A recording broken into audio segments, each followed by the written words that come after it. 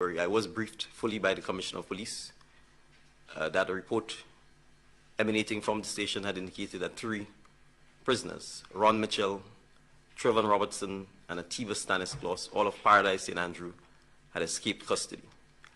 I wish to indicate that the Commissioner himself indicated that on that very day, he would be attending the South St. George Police Station himself to make inquiries into this incident. By the 21st of February, 2024, the Grenadian police would have received correspondence from the Vincentian counterparts indicating that an abandoned yacht, the sailing vessel Simplicity, had been anchored at the entrance of the Wali Labu anchorage in St. Vincent, and that research indicated that the yacht had been ransacked. There appeared to be evidence of blood on the yacht. There was no one found on the yacht. And the passports of 2 persons, Kathleen Marie Brandel and Ralph Herman Henry, had been found on the yacht. On the same date, the 22nd of February, the Commissioner would have further briefed me that his Vincentian counterpart had indicated that the 3 men who escaped from the South St. George Police Station were now in the custody of Vincentian authorities, and that in fact one of them had been shot. The preliminary investigation suggested that the 3 men may have been responsible for the vandalizing of the yacht, for the yacht being anchored in St. Vincent, and possibly for the disappearance of the 2 persons aboard the yacht. As the citizens of Grenada would be aware, on the 23rd of February, I actually traveled to Guyana to attend the CARICOM conference. And as the incoming chair of CARICOM in July, which Grenada will chair, it was important for me to attend this meeting because Grenada now forms part of what is called the Bureau of CARICOM, which consists of the outgoing chair, the current chair, and the incoming chair. Notwithstanding my travel to Guyana, I was kept fully abreast, not just by our Commissioner of Police, but also by the Prime Minister of St. Vincent, who I had been in communication with since Wednesday, the 21st of February, regarding the escaped prisoners from Grenada and the fact that the Vincentian authorities had apprehended them and were conducting investigations pertaining to the yacht which had been anchored. It became clear that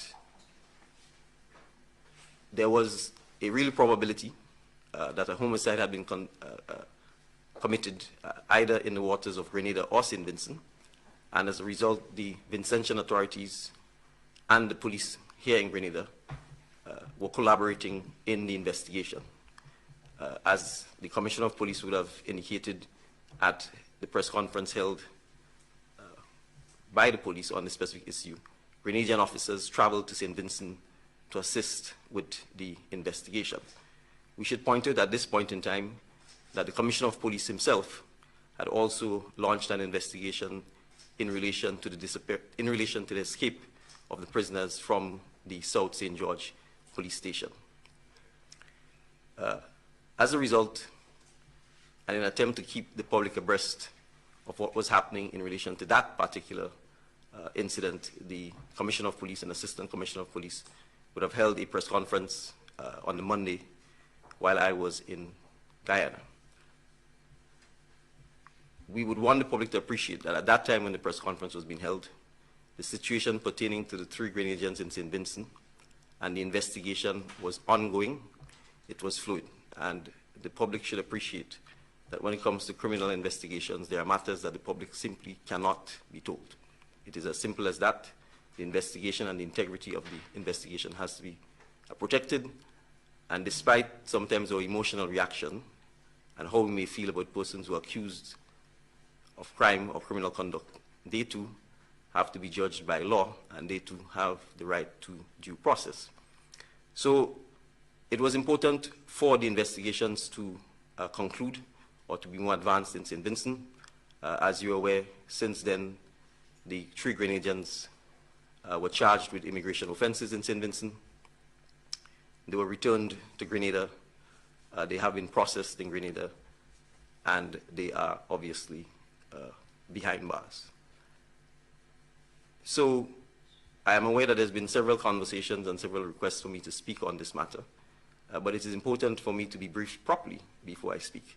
And so I think sufficient facts are known pertaining to the fact that they were arrested in St. Vincent, charged on immigration offenses, returned to Grenada, and that they have since been processed. So I will therefore focus my discussion on the investigation which the Commissioner of Police has carried out pertaining to the circumstances leading to the escape of the 3 men from the South St. George Police Station and consequential matters arising as a result of this. Now, on the 25th of February, when the press conference was held, the Commissioner of Police made it clear that from his preliminary investigation, that he was satisfied that if the proper standing police protocols were followed, the men should not have escaped. The investigation has now concluded, and that pronouncement by the Commissioner of Police remains unchanged. And it remains unchanged because the investigation has revealed that the 4 individual cells at the South St. George Police Station had secure, functioning, and proper locking mechanisms. However, the 3 prisoners had not been placed inside of the individual cells which had the secure locking mechanism. But instead, at the time of the escape, they were in a corridor which had burglar bars and which were immediately located outside of the 3 or 4 individual locking cells. By their being there, it allowed them to bend the wrought iron or iron grill that secures that corridor area and to escape. It is therefore clear that had the men been placed in the individual locking cells, which had proper and functioning locking mechanisms, that they would not have escaped or had the opportunity to escape. Further, warnings had been issued at least 2 days prior that the men were high risk and were also a flight risk. And therefore, based on those warnings, it was even more important to ensure that all of the standard operating procedures were followed to minimize any risk associated with the prisoners being at the police station. The investigation, therefore, has concluded that there was a failure to heed the crucial alerts, a failure to follow the standard operating procedures. There was clear supervisory negligence and improper shift handovers, and that those factors contributed to the opportunity being presented to the prisoners to escape. So in summary, it is accepted by the police that human error, primarily in the form of negligence, played a pivotal role in the escape of the officers. I want to highlight that I have full confidence in the Commissioner of Police and the executive and management of the police. And I have full confidence in the officers of the police service. And that confidence is also based in the fact that I expect, and our conference here this morning demonstrates, that the police, the leadership of the police, is prepared to hold the institution of the police accountable in circumstances where officers fall below the expected standard of behavior. I will also point out, however, that as Minister for National Security, we do not think it wise nor sensible for us as citizens of Grenada to malign the police or to disrespect the police. We will not accept, nor encourage, nor tolerate this. The police play an invaluable role in public safety and the security of this nation. It is a dangerous job. It is in many times a thankless job. And it is a job that doesn't pay hundreds of thousands of dollars. But it's a job that is absolutely necessary. And as citizens of the country, we need to support and permit the police to do their job when they are doing so. And so, it is our responsibility to assist the police in ensuring that we build, nurture, and sustain a professional police force. And one way of doing so is holding the police accountable when they fall below the expected mark.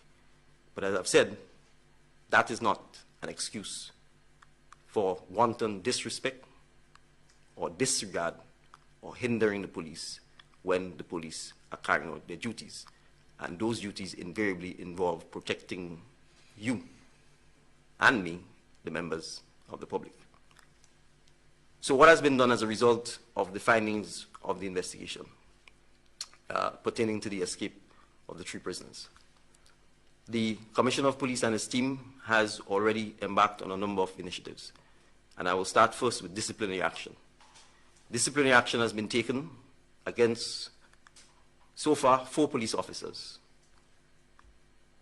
who were charged this morning. Constable 224 Shah George, Constable 520 Baptiste, Corporal 624 Edwards, and Detective Sergeant Lewis.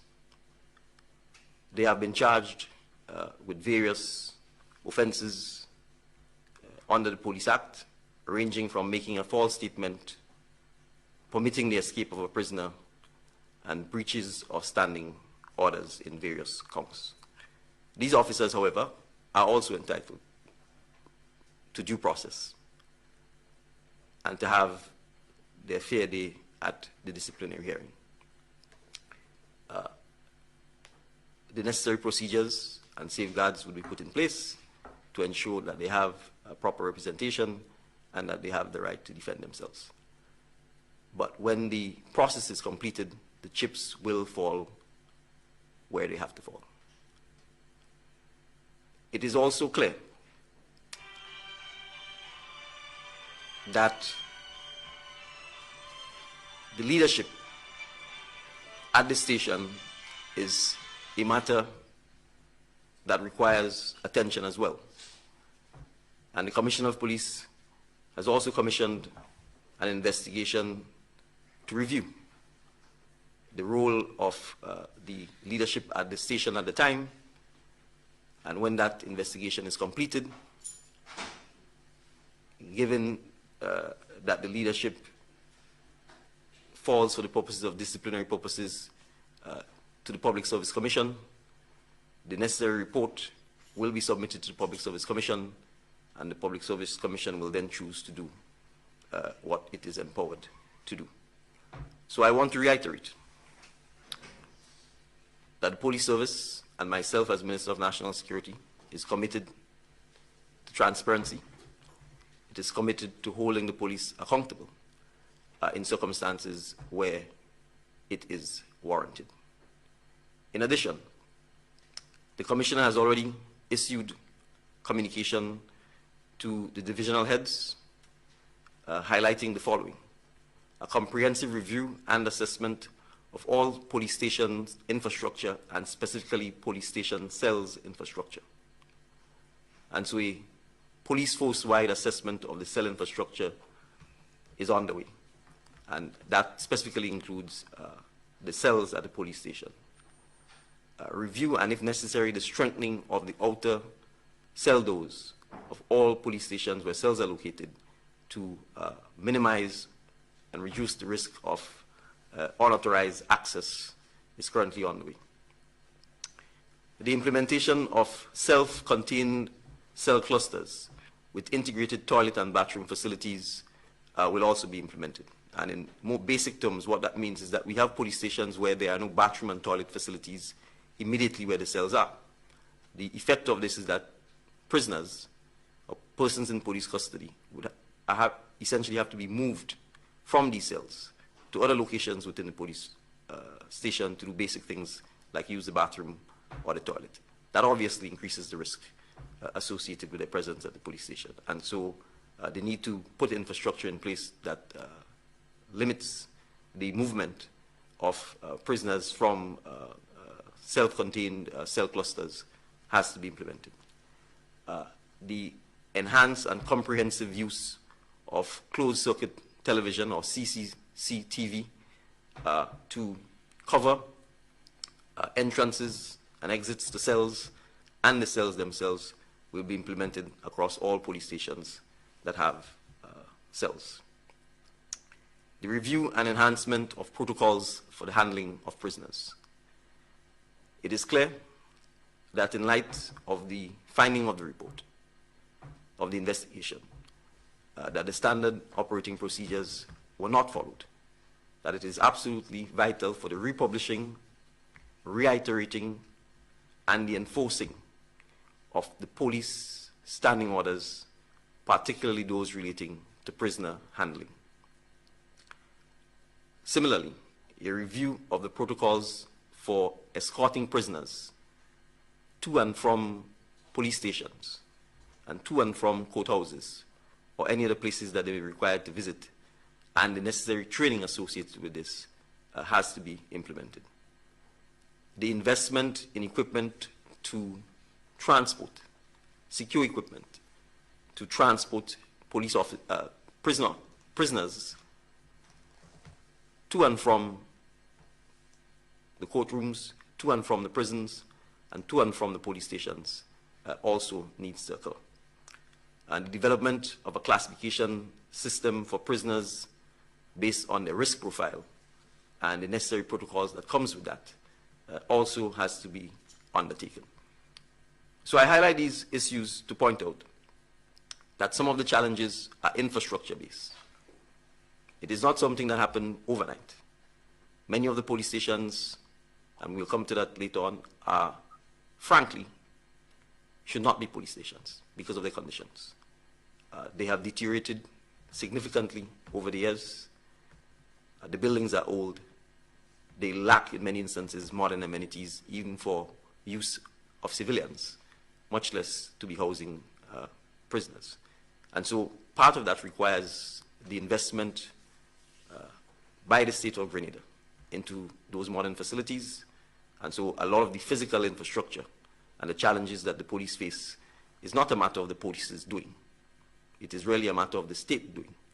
And the failure over the last several years, in some instances decades, to satisfactorily invest and address the infrastructure circumstances in which police officers find themselves working. Some of the challenges, obviously, are in fact policing proper challenges, and the need to ensure that the professionalism that we expect of the police force is always maintained, and that the standing orders are strengthened, that the standing orders are followed, that the audits are conducted to determine whether they've been followed, and that the necessary actions are taken to ensure that they are followed. And when they are not followed, that corrective actions are taken. So I've spent some time on the specific incident of the South St. George escape of the prisoners, but I would also highlight, as we are also aware, that disappointingly, during the same week of the 18th to the 23rd of February, and specifically on the 21st of February, a prisoner escaped from police custody while attending this Grenville Magistrates Court. Mr. Lyndon Date, who is still at large. Mr. Date was charged for capital murder, and therefore he is a dangerous person. The police have conducted several and are continuing to conduct several operations to seek to apprehend him. There is a reward of $5,000 being offered for information leading to his recapture. I want to take this opportunity to reiterate to the citizens of Grenada that it is our obligation to assist and help the police with any information that we may have pertaining to Mr. Date or any other criminal who escapes police or prison custody or who may otherwise be wanted. I therefore want to caution and encourage persons who have, well, caution persons who may be inclined to help or assist any criminals on the run to desist from doing so, and to encourage them to come forward with any information that they may have on the whereabouts of, in this specific case, Mr. Date or any other person who may be wanted by the police.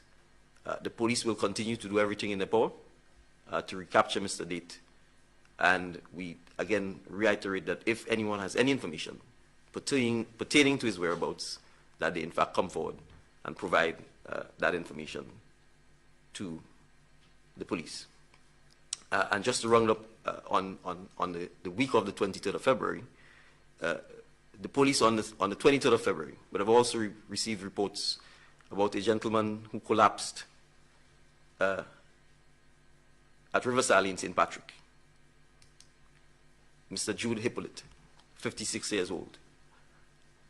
Subsequent investigations revealed that it was a homicide, and as you are probably aware, 3 persons have since been charged in relation to this. On the same week of the 23rd, on the same day of the 23rd of February, the police conducted operations at Grand Dance and then at 4 Roads in St. George's. Those operations led to the recovery of 3 firearms. And in particular, in the case of Grand Dance, the operation was conducted on the Grand Dance main road, which involved a roadblock and the apprehension of someone who was on a public transportation, a bus, with a firearm. Now, snippets of the operation were shown on social media, and many persons, having no context, having seen a limited view of what was happening, proceeded in many instances again to make ill-informed, ill-advised, and ill-judged comments pertaining to the relationship between the police and civilians and the police's handling of the matter. I want to reiterate, first, that the police were conducting operations on the main road, which necessarily would have led to some inconvenience in terms of traffic and backup, in circumstances where it had credible evidence that someone had an illicit firearm on a public transportation, which means the lives of everyone on that bus was at risk. And we should be praising and thanking the police for responding with alacrity, for responding effectively and efficiently in being able to apprehend the young man, retrieve the firearm, and based on further investigations, conducting further operations, which led to the retrieval of 2 further firearms in relatively public places, again at 4 Roads, St. George. So the operations were successful. It is therefore important, again, for the public to understand that there will be times when the police are conducting operations, that those operations may lead to some inconvenience to the public, whether it's in the form of delayed traffic or blocked traffic or no access to certain places. But it is vital and important for the public to be understanding and to be considerate, because it is your interest the police is seeking in ensuring that it does everything humanly possible to retrieve illegal firearms from off the streets in Grenada. We would therefore appreciate that between the 18th and the 23rd of February, 1 week, there were multiple incidents that the police had to treat with. In trying circumstances, in difficult circumstances, and oftentimes in circumstances where the resources are limited. The operation to retrieve the firearms was successful, and 3 firearms were retrieved. The incident relating to Mr. Jude Hippolyte at Riversally was successfully investigated, and 3 persons have been charged. As unfortunate and regrettable as it is, the 3 prisoners who escaped from the South St. George police station are back in police custody because of the cooperation and close work of Grenadian and Vincentian law enforcement officers, and they are back in custody. The only unsolved incident arising from that week is, as I said, Mr. Date, who is still not yet in police custody, and we therefore expect that the public would assist and cooperate as much as they can in assisting the police in having him back in police custody. Any crime, a single crime, one is one too many. And the persons who are victims of criminal activity and their families deserve our empathy, deserve our sympathy, but oftentimes they also deserve their privacy. And we need to be mindful that when there is criminal conduct, that someone is a victim. And we ought to have regard for the families and the victims of crime in our public pronouncements. And it is not a time to score cheap political points or to try to appear who is first out the block with a comment or with condemnation or with hysterical rhetoric, merely to appear as a strong man or a strong woman. Crime affects all of us, and they need to be discreet, empathetic, and sensitive, particularly when they are victims, should be borne in mind.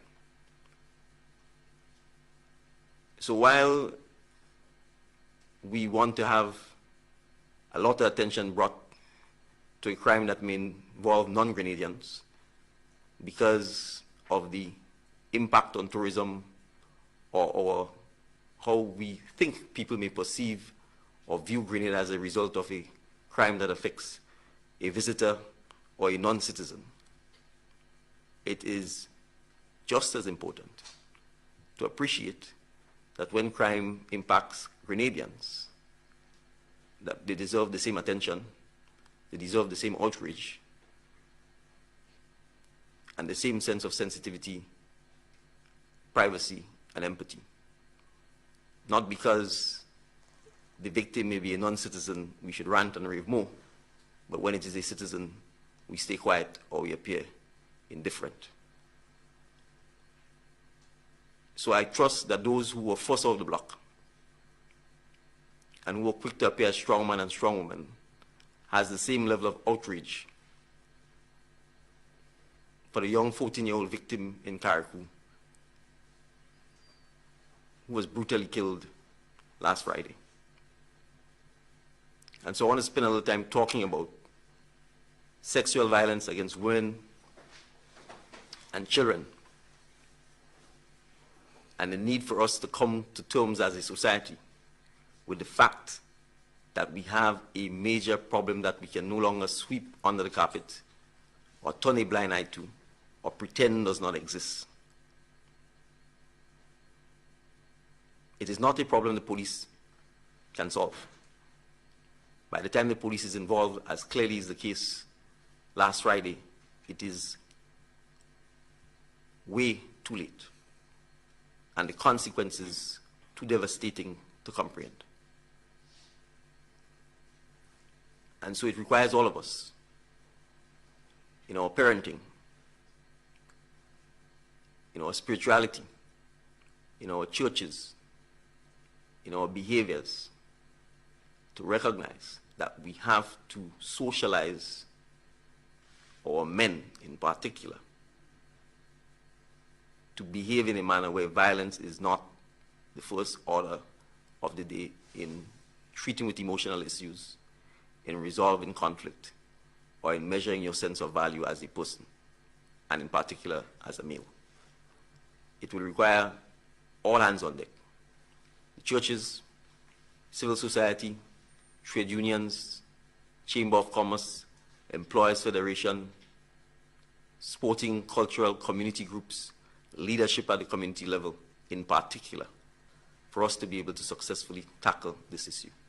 The Ministry of Social and Community Development have been doing a lot in terms of various initiatives like the Spotlight Initiative, but a government on its own cannot single-handedly tackle or make significant progress in addressing issues such as violence against women and violence against children in particular. And it is particularly devastating and disheartening when we wake up to news that a 14-year-old has been killed. Think of the consequences, what that does to our friends and her family and those who go to school with her. To recognize that it is people who are known to them, who are supposed to love, care, and protect and cherish them, are the ones perpetuating this unimaginable pain and violence upon them. And so I call upon all of us to recognize that now is not the time for blaming or finger pointing or calling for the death sentence. It is the time for us to go back to our values, our behavior, and the sense of community that we need to be honest and accept that we have a problem as a nation and that we need all of us to tackle it. So, this last couple of weeks have not been easy. We all have to appreciate that it requires us to sober up, to sometimes be less emotional. It doesn't mean you can't express your outrage or condemnation, but expressing outrage and condemnation and then doing nothing further isn't going to address the issue. Because of the complex nature of crime and criminality, there are a number of initiatives that the government since last year announced that it will be pursuing. The first is the National Security Steering Committee, because public safety and security is not just about crime and criminal conduct, or minimizing or preventing or solving crimes. It is about the welfare and overall public safety of the nation. In times of normalcy, in times of emergency, in times of disaster. And there is no current architecture or framework in place to address this. And so a steering committee has been put together, comprising of representatives from a wide cross-section of government institutions, from the port, customs, the airport, the police, the prisons. That committee has begun its work. The idea is that ultimately we get to the point where the committee can recommend to the Cabinet and Government of Grenada a comprehensive policy document to create a national security committee to form the necessary leadership that is required to address all aspects of public safety. Second, on the issue of gun crime, I want to reiterate that a person without a firearm and a person with a firearm becomes a completely different person. The ability of firearms to wreak havoc and to be lethal is beyond question. And the presence of firearms in our communities pose a major threat and major risk to the escalation of violent behavior and the consequences of the use of firearms. It is a challenge that all Caribbean countries are facing. And I don't need to point far, St. Lucia. I don't even need to go to Trinidad because that country is in a league by itself. But we can speak to our colleagues within the OECS. And you can look at the homicide rate in St. Lucia. In under 2 months, where already in excess of 20 persons have been killed. So it is absolutely important for us to understand that culturally, we cannot support the presence of firearms except in the hands of law enforcement in Grenada. We have laid before the Cabinet for its approval with a timeline of taking to Parliament this month of March legislation to amend the Firearms Act to first offer an amnesty for a period of no more than 90 days to persons who may have in their possession or who may know of others who have in their possession illicit, illegal, or unlawful firearms and ammunition, to grant them the opportunity to turn in those firearms and the ammunition without being prosecuted. In order to do so, we need to amend the legislation. So we are taking necessary steps to get the policy approved, to have the legislation read and supported and passed in Parliament, so that the amnesty can be granted. When the amnesty comes to an end, the firearms legislation, as part of this process, will be amended to significantly increase the penalties associated with illegal and unlawful firearms and ammunition. We are also going to have to significantly invest in safeguarding our ports of entry to detect the presence of firearms which have been imported into Grenada. We do not manufacture or make firearms in Grenada. And I've been quoted repeatedly as saying that these firearms are imported from outside of Grenada and primarily from the United States of America. Not just in Grenada, but throughout the Caribbean and Latin and Southern and Central America.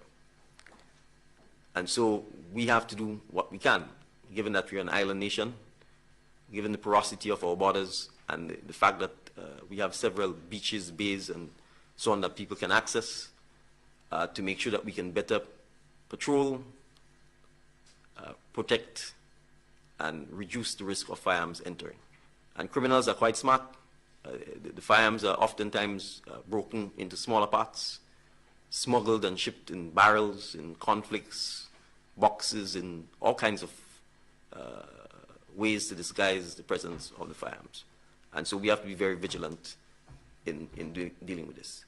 But crucially, the statistics clearly show that it is particularly young men who are attracted to the use of firearms. And so it is important for us to develop the necessary social interventions to minimize the attraction of our young men in particular to the possession and use of firearms. Because invariably, they simply use it to kill each other and to kill innocent people. And the statistics in St. Lucia, for instance, is clearly bearing that out. A significant portion of the homicides are killings, reprisals, further reprisals that then are extended to families and strangers who get caught in the crossfire. And so it's important for us to appreciate that there is no glorification and there is no good end that will come from the presence of firearms within our society. The government will embark upon, thirdly, working with the court-connected mediation office to develop and implement community mediation in Grenada.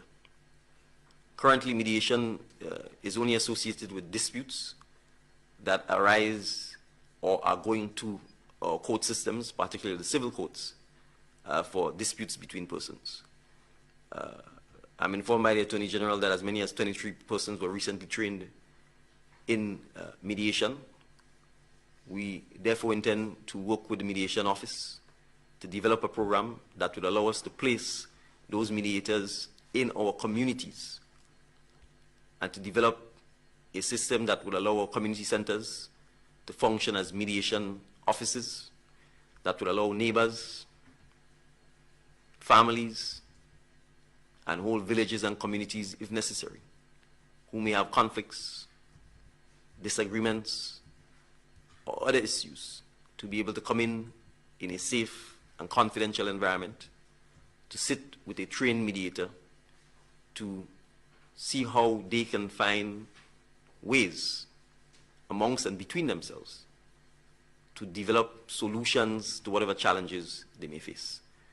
Because oftentimes you have disputes between neighbors, you have disputes between children that get out of control and lead to violent acts or activities out of frustration or anger or emotion, uncontrolled emotions, simply because there isn't a mechanism in our communities to allow persons with disagreements or other issues to have an opportunity to talk through those issues with a trained mediator to assist them in finding solutions to the issues that they have.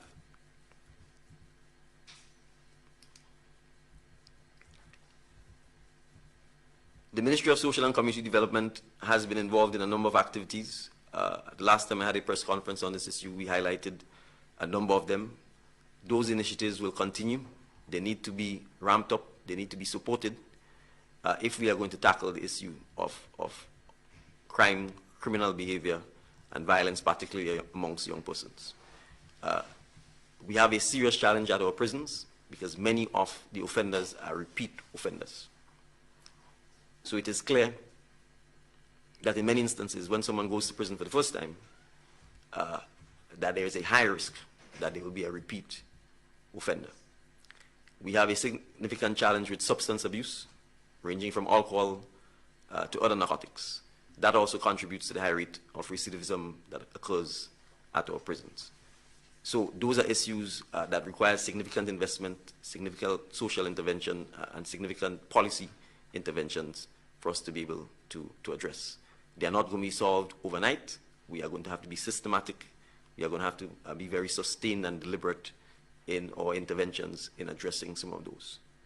Having said all of that, I still wish to reiterate that it's important for us not to be hysterical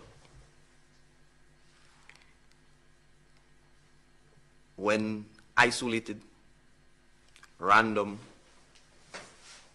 acts of horrific criminality occurs. As shocking and as terrible as it will to find out that Grenadians may have hijacked a yacht and killed 2 tourists. This is an isolated, random, and horrific incident. But we should not act or behave as if every day Grenadians get up and hijack yachts and kill tourists. And so forgive me if, as the Prime Minister of the country, you did not find me eager to highlight a bad deed and to promote it and to publish it. I'm not sweeping it under the carpet, but I see no need to promote it. Grenada still is one of the safest countries in the world. It still is one of the safest countries in the Caribbean Basin. It is still one of the safest countries in the OECS. But safety is completely dependent on human behavior. It isn't something external to our behavior. And if we wish to keep it that way, we have to come to terms with the fact that there is a significant portion, still in the minority, of Grenadians that we need to address. The young men and women who drop out of school, the young men and women who are marginalized, the young men and women who grow up in homes where they are beaten and where they see violence every day, and so they think it is the norm. The young men and women and adults who suffer from mental illnesses and oftentimes are stigmatized, misdiagnosed and not treated properly, and end up in situations where violence happens. The significant miseducation of some of our men who believe that women are still their possession and who still believe that it is okay to abuse children. Those are issues we have to address and tackle if we wish to keep Grenada as a safe place. And that requires us sitting down in a calm and coordinated manner and coming up with the right policy interventions to address those matters. If we do so, we will ensure that our communities and that the small paradise of Grenada remains a paradise with controlled and minimal crime. I am not utopian to think that people have no crime, simply because we are dealing with human beings. But it is our behavior that will determine whether we have a Grenada that is safe or a Grenada that goes down the road or the path that many of our islands, brothers and sisters in the islands, are grappling or struggling with. So I would like to summarize by, again, thanking the police for their work, thanking the police for also acknowledging when the standards of behavior of police officers fall short.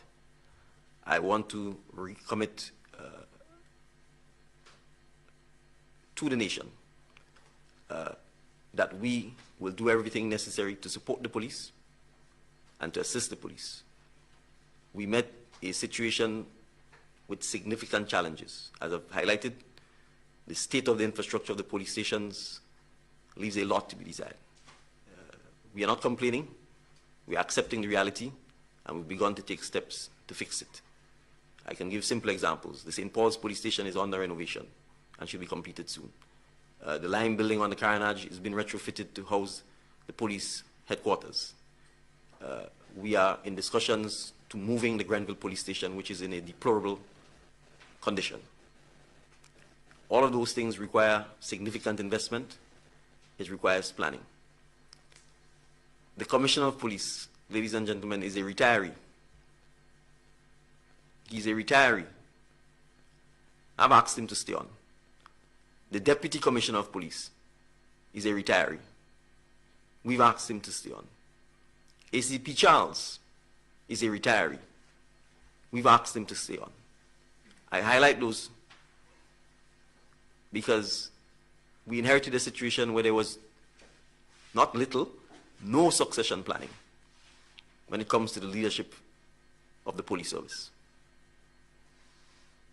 We inherited a situation where the recruitment policy obviously was ill-advised because you have large amounts of police officers being recruited at the same age and departing the police force at the same age. The net effect of this is that it becomes very difficult to have succession planning because everybody has the same age and they're exiting all at the same time. I just highlight those issues so that we understand that we need to be a little less quick to draw conclusions that are oftentimes ill-formed with no factual basis. So we really should be grateful to the Commissioner and the senior executive of the police for staying on to assist us with transitioning to a place where we can have better succession planning, where we can have accelerated training of police officers so that the next generation of police officers can take forward the leadership of the police service. I want to close by expressing on my own behalf and on behalf of the Cabinet of Ministers and on behalf of the citizens of Grenada to the victims and the families of victims who have suffered, certainly in the last 2 weeks in particular, from the actions of criminals, our profound empathy, our profound sorrow and regret, and to assure them that we will do everything that we can to make sure that those who perpetrated those crimes be held to account. I just want to highlight finally as well, because the island of Carrick had it a bit rough, as in addition to the incident of the homicide of the young lady, 2 visitors to the island drowned while at the lower end of Paradise Beach. Again, I saw media reports which were inaccurate, which were suggestive, and perhaps, again, in an attempt to be the first to the draw rather than making sure the facts were clearly articulated, misrepresented what actually happened. It was a drowning accident. the family members of the victims were in fact on the beach at the time as well. Everything was done by the police and the medics to try and save the persons. Regrettably, their lives were lost, and we extend our condolences to their families. The Member of Parliament for Carriacou and the government offices in Carriacou have done everything they can to support the family in this difficult and troubling time. While the more popular part of Paradise Beach does have lifeguards, the end of the beach where this incident happened did not have. And so we are looking to see whether there's an opportunity for us to be able to have lifeguards there as well. But it does reiterate the need for us as members of the public to pay attention to our own safety and to take necessary precautions to safeguard life and limb. So thank you. Again, this has been I suppose, a relatively lengthy presentation by myself. We are happy to take questions from members of the media who are here and members of the media who may be online. Thank you. Thank you, Mr. Prime Minister and Minister for National Security. We do have